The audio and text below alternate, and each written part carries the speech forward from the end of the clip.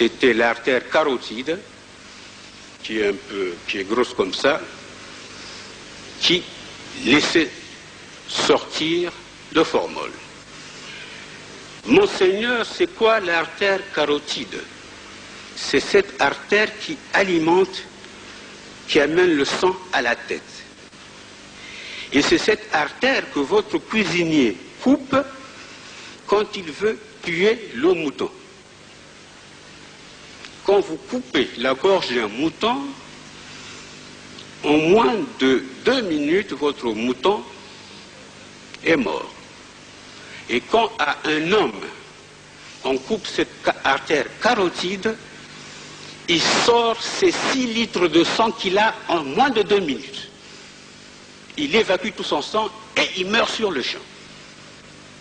J'insiste dessus, pourquoi, Monseigneur? C'est parce qu'au procès de 60, je ne sais pas combien, au procès Marien Ngouabi, le bruit courait que le président Marien Ngouabi est arrivé vivant et qu'un médecin passé par là a mis la piqûre. Je pense que tout le monde a entendu ces choses-là, ces élucubrations.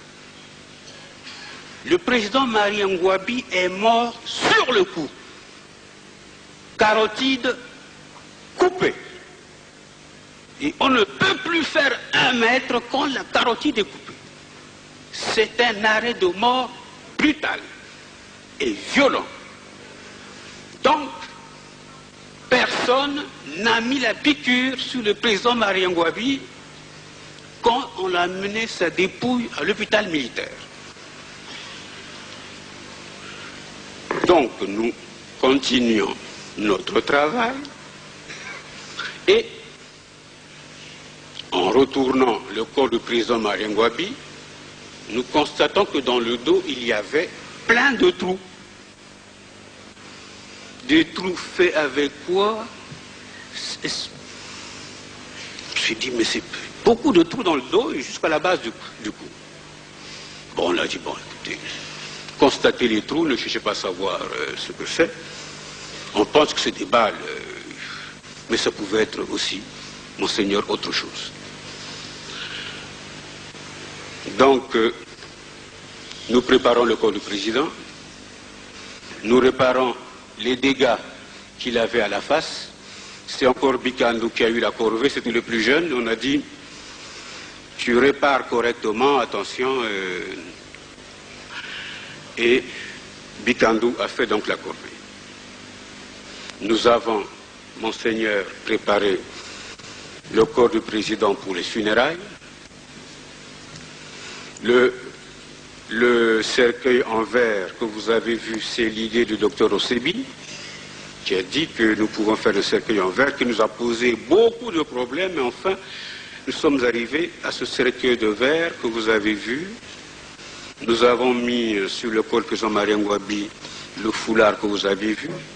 Ce n'était pas un bon foulard, j'étais fâché ce jour-là à la mort parce qu'on m'avait porté un foulard qui n'était pas bien. Et comme il était 5 heures du matin, je ne pouvais pas aller au magasin faire une course pour acheter un foulard correct. Nous avons mis ce tissu sur la bouche et nous avons exposé le corps. Je pense que le lendemain ou le surlendemain, nous sommes allés procéder à la mise en bière et nous avions réglé quelques problèmes de famille qui se posaient à ce niveau-là. Chacun voulait mettre son drap, tout ça là. J'ai dit, écoutez, je suis là, on règle le problème de famille, tout s'est bien passé. Et nous avons enterré le président Marien Ngouabi et les choses se sont tassées. 15 jours après, les obsèques, je n'étais plus ministre de la Santé, on nous demande un rapport médico-légal. Alors vous me connaissez, je me suis fâché, je dis, mais enfin, ça ne va pas non quoi. Le corps était là, on n'a pas voulu faire maintenant. Ah non, non, laisse. Bon. Docteur Galiba, tu as vu quoi? Osebi, tu as vu quoi? Ah, Bikandou, moi j'ai vu ceci. Bon, dites que ce rapport est fait 15 jours après l'enterrement et que nous pensons que... Tout se passe et arrive, Monseigneur, le procès. Nous suivons le procès et on nous dit qu'il y a une bagarre sur le perron. Le président Marien Ngouabi est tombé, on l'a abattu, tiré, et on amène le corps d'urgence à la morgue.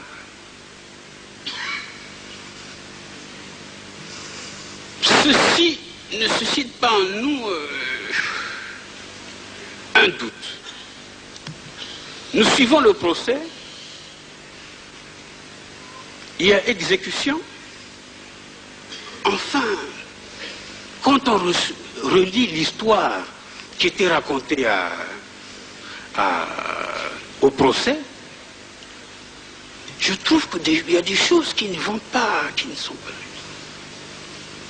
Je dis, moi je n'ai vu le corps du président Marien Ngouabi que le 19 mars. Il était habillé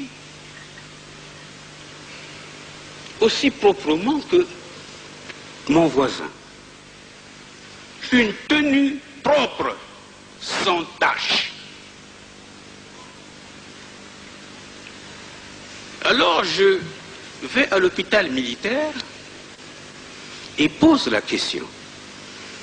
Le président Marien Ngouabi, quand il a été tué, quand on vous a apporté son corps, il avait quelle tenue? Ils me disent, non, mais il avait une tenue à Bacos, bien. J'ai dit, mais vous l'avez lavé et habillé? Non! Ah bon? Mais je dis, moi j'ai vu le président 2 jours après, le lendemain. Je pensais que vous aviez eu le temps de nettoyer ce corps et de l'habiller. Il dit, non, nous, ce que nous avons fait à l'hôpital militaire, c'est mettre le pansement. Alors, monseigneur, donc, depuis cette date-là, enfin, je disais, tous ces corps de la Révolution ne me posent que des problèmes, parce que je puis vous dire que ces corps de la Révolution, je ne peux pas vous dire exactement comment tous ces gens-là sont morts. Que ce soit les Kindanga, tout ça là, que j'ai reçu jusqu'à présent. Mais là, j'ai dit, mais quand même, il y a quelque chose qui ne va pas. Vous coupez la carotide à quelqu'un qui largue sur place 6 litres de sang. Et le bonhomme arrive propre, habillé comme moi aussi, sans sang. Il a des trous dans le dos. Et la tenue qu'il porte n'a pas de traces de trous. Mais il y a quand même quelque chose qui ne va pas. Je dis non. C'est pour cette raison, monseigneur, que j'ai demandé hier, ici, que ceux qui ont assisté à la mort du président Marien Ngouabi et qui ont transporté le corps viennent nous dire ici ce qui s'est passé. Quand entre le moment où le président Marien Ngouabi est mort et où il est arrivé à l'hôpital militaire, c'est ce trou-là pour lequel je demandais une explication. Je ne sais pas, il y a des magistrats ici qui ont vu des corps, mais c'est quand même étrange. Où il y a un trou entre le moment où on dit qu'on a pris le corps de Marien Ngouabi, on était à l'hôpital même. Mais si on avait ramassé ce corps par terre, mais il serait couvert de sang. La tenue qu'il portait aurait eu des trous dans le dos. Je n'ai jamais vu un cadavre tué de cette façon et aussi propre, monseigneur. J'ai 50 ans, docteur en médecine depuis 69. Alors voilà, monseigneur, pourquoi nous avons insisté. Oui, mais ça c'est rien. C'est M. Bikando qui me donnait l'information. Mais c'est quand même extraordinaire. Ça, c'est pas un mystère. J'ai 50 ans. Docteur en médecine depuis 69. Alors voilà, monseigneur, pourquoi nous avons insisté. Oui, mais ça, c'est rien. C'est M. Bikando qui me donnait l'information. Mais c'est quand même extraordinaire. Ça, c'est pas un mystère. nous ne sommes plus dans les mystères auxquels on peut croire. Donc c'est ce hiatus-là, Monseigneur, pour lequel j'aimerais une explication. Je pense que nous nous sommes compris et voici ce que les médecins voulaient apporter dont je suis. J'ai exercé cette science à Bordeaux de 61 à 71, donc pendant 10 ans. Mais il faut déduire les 2 années que j'ai passées à Brazzaville, d'abord comme directeur de la santé publique, ensuite comme membre du gouvernement.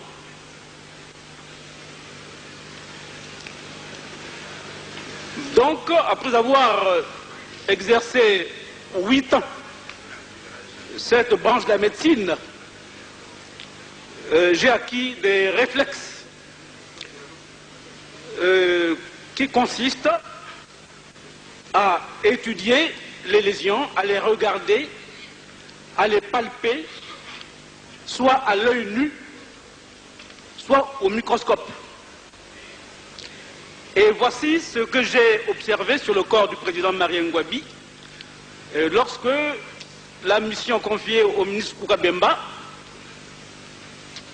est arrivée à la morgue. Ce qui m'a d'abord frappé sur le corps du président Marien Ngouabi, c'est l'extrême propreté dans laquelle ce corps se trouvait.